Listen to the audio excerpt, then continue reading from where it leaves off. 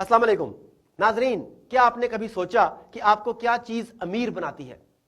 अक्सरियत का जवाब होता है रुपया पैसा, यकीनन मालो दौलत, मगर यह दुरुस्त नहीं। मालो दौलत, मालो ज़र का होना आपको इसलिए अमीर नहीं बनाता कि यह सरमाया आप किसी भी वक्त खो सकते हैं।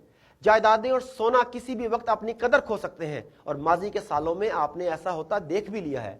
तो फिर वो क्या चीज है जो आपको अमीर बनाती है? बिला मुबालगा इल्म।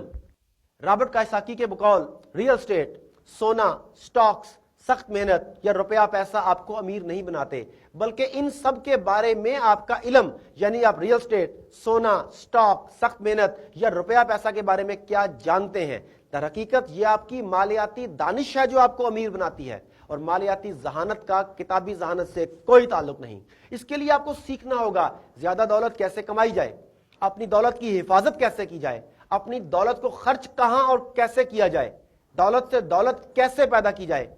रॉबर्ट कायसाकी कहता है कि अगर आप वाकई अपनी कामयाबी से मुखलिस हैं और कुछ कर दिखाना चाहते हैं तो सीखने, तरक्की करने, अकदार को बेहतर करने और बहुत से नए लोगों से मिलने के लिए कम से कम 5 साल का अरसा मुकर्रर करें।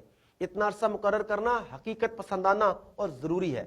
जितने भी बड़े बड़े कारोबारी इदारे हैं, इन्हें कामयाब होने में इतना वक्त जरूर लगा है।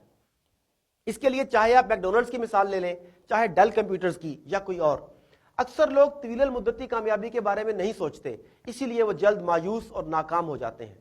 बराए करम कामयाब होने के लिए खुद को मुनासिब वक्त दें, जल्दबाजी मत करें। सीखने के साथ साथ पहले के गैर मुफीद सीखे हुए को भूलने के लिए भी खुद को वक्त दें।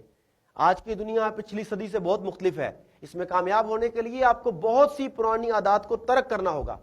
जब आप पुराना और रवायती सीखा हुआ भुलाने में कामयाब हो गए, तब आपकी कामयाबी का सफर तेज तर और आसान तर हो जाएगा। Success is learn, unlearn and relearn. Thank you very much.